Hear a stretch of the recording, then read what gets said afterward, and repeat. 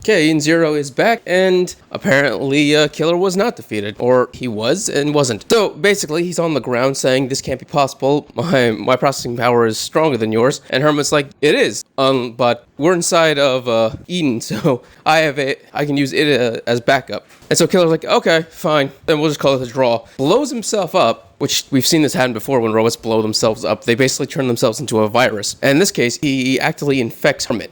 And this seems to be like not just a computer virus, but a very violent, like organic virus, because it starts to make her all veiny and basically it's like basically eating her from the inside, basically. And he says he isn't just gonna kill her; he's gonna destroy her heart. Which in this show, the heart is very much basically another term for human soul, or the goodness of a human being, or an android in this case. So I'm assuming he plans on making her suffer as she dies. Maybe give her hallucinations of awful things. I don't know. But he seems to be into hallucinations and holograms, so he's probably going to do that to her.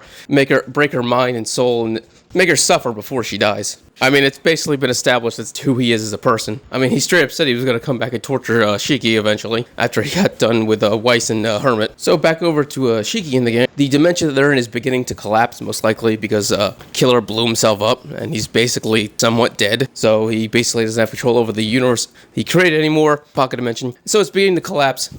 But it's not a big deal because they found Rebecca. She's basically floating in the air. She's about to be sucked into the endless nothingness of the dimension being collapsed. But she grabs her with his gravity, pulls her in. Happy and Peanut are free. And are like, Weiss, what are you doing? Come on, help. Weiss is like, hey, I got it. And he basically is able to deprogram the entire pocket dimension and teleport them out. So they pop back into the arena, and the thing is just destroyed. It's smashed everywhere. And they start looking around, and she's like, where's Homaru? She was here fighting. And then there she is, just smashed against a pillar, basically assumed to be dead, is basically what they're implying. She apparently lost. Originally I said she was going to lose, then I said, oh, no, I think she's going to win this time. I should have stuck with my original thought that she was going to lose. It just seemed to be that was happening. Like, Shiki won, but then Rebecca lost, and then Weiss lost, so it made sense that she would lose as well. That just seems to be how it's going. Hell, Hermit just lost. So Braham called her a valiant warrior, and basically that was the end of that. We just immediately then pop over to Sister and Clown. Where Clown then starts to monologue about death, where he tries to explain what is death for an android. Is it systems failure? Is it when the entire android's function stop? No, it's neither of the things. An android's dead when it's unable to follow a simple command. And he goes straight in for the attack against Sister. And as you can imagine, Sister's a weapon is, of course, a whip. Not a chain whip, but still a whip, which doesn't surprise me. She's very much into the KK crap. So, of course, she's attacking sporadically, and Clown is dodging, and he also isn't able to seem to get in close with her at this point, because the whip is just too much, and he has to back off. And while in this cool period, Sister, well, I've been calling her Witch, my bad, Sister then asked, okay, what is your command then? What is your order? And he says, to kill the shining stars. And Sister's like, yeah, that's not happening. And then Clown basically was like, well, Witch is already dead. Hermit has just been taken care of. Homaru is currently dead as well. So basically, once again, implying that she's dead. I have my doubts, because let's be honest, I don't see another Rebecca time leap thing going on. So I don't think Homaru's dead. I think she's just unconscious. Too many time leaps and the things will get repetitive. I want the same arc over and over again. And Clown's like, and now I'm going to take care of you. He goes into his dress form, that dark evil clown, basically. And he finally does his final circus act, which is to basically summon a wild beast, so beast taming, basically a lion bull.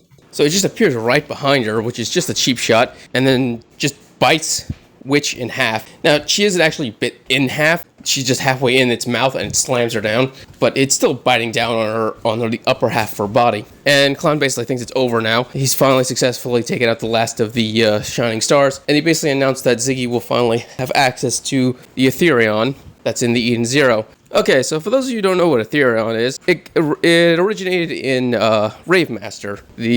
So in Ravemaster, Etherion was basically the power to reshape the universe. It also gave you the power to destroy infinity. Now, if that sounds insane to you, that's because it is. It basically made a certain character a god. It also gives you the ability to create raids, which are the weapons of choice to fight against the evil of the world, which is what the main character uses, and which is why it's called Ravemaster, and the main character was called Ravemaster. But Etherion is basically a weapon a weapon to destroy something that was meant to destroy the universe, in a sense. Now, Then again, in Fairy Tail, it was against you. The name was used, but it wasn't the exact same thing. It was just a really powerful space laser. Wasn't anything special.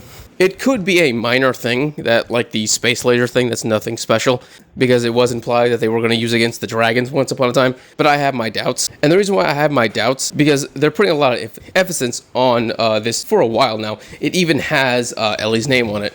3173, reversed spells Ellie, which is the character in Rave Master that had the Etherion. So the story is basically implying that this is closer to the Rave Master version of Etherion, not the Fairy Tail, which means this is probably going to be a massive weapon of mass destruction, basically. Something that can not just wipe out some dragons or even a planet, but I'm talking the galaxy, or even multiple solar systems in one go. It may even have the power to kill Mother, or even it may have been even created by Mother, for all we know. It's unclear.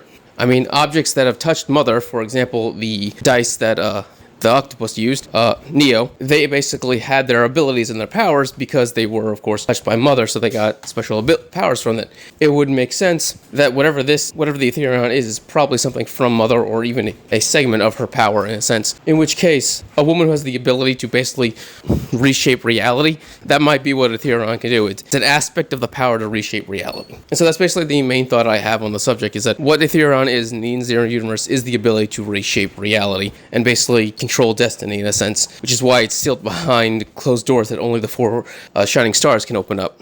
It would not surprise me that the 4 dark stars were then programmed to be able to open up themselves, or Ziggy all by himself. But whatever it is, I hope its power eclipse even that of Rebecca's time ability. Because if it does, then that would make a lot more sense why it's so heavily guarded, while Rebecca is basically just allowed to do whatever the hell she wants without any real bodyguards or anything protecting her. Also, why Z isn't after her, even though other members of the Ratio 6 Galactica have been after her.